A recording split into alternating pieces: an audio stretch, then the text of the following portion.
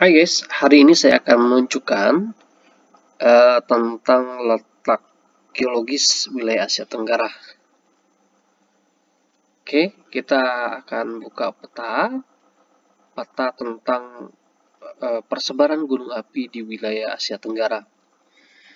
Yang pertama, kita tahu bahwa negara-negara di Asia Tenggara itu adalah negara-negara yang dilewati oleh dua sirkum pegunungan dunia, yaitu Sirkum Pasifik dan Sirkum Mediterania, di mana kedua sirkum ini melahirkan gunung api yang berdampak pada gejala-gejala vulkanik di beberapa negara di kawasan Asia Tenggara.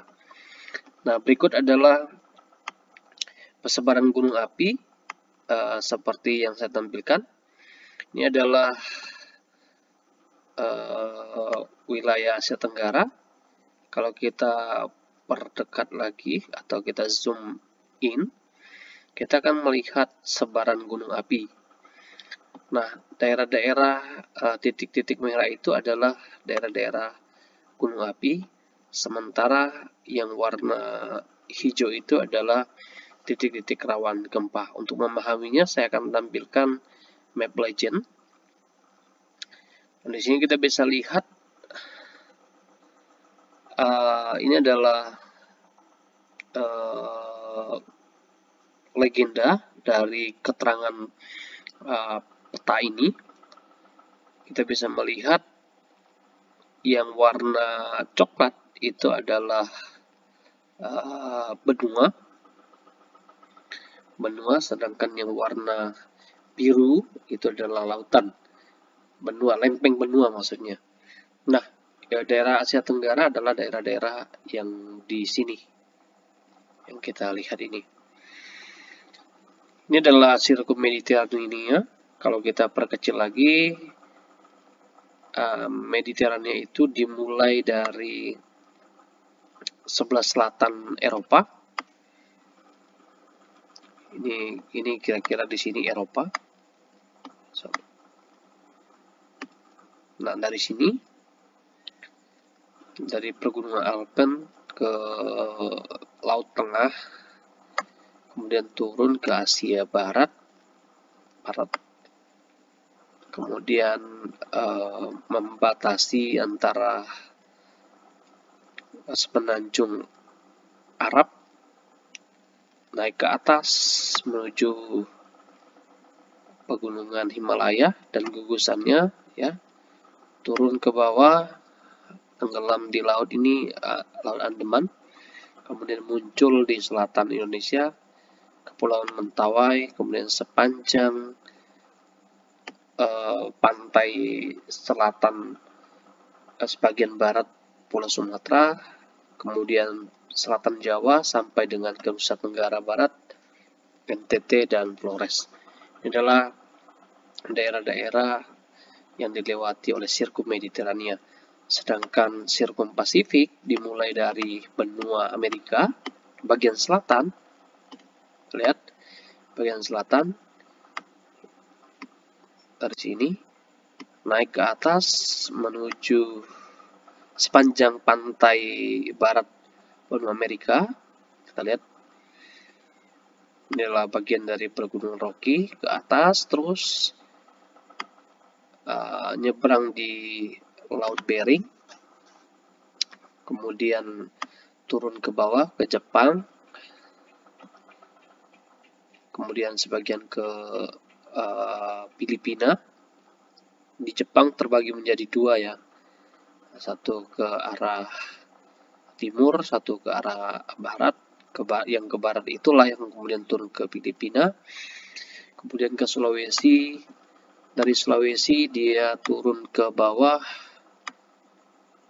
ke arah kepulauan-kepulauan kecil, kemudian bagian yang tadi sebelah barat itu muncul lewat Pasifik, ya, Samudra Pasifik, turun ke bawah muncul di Papua.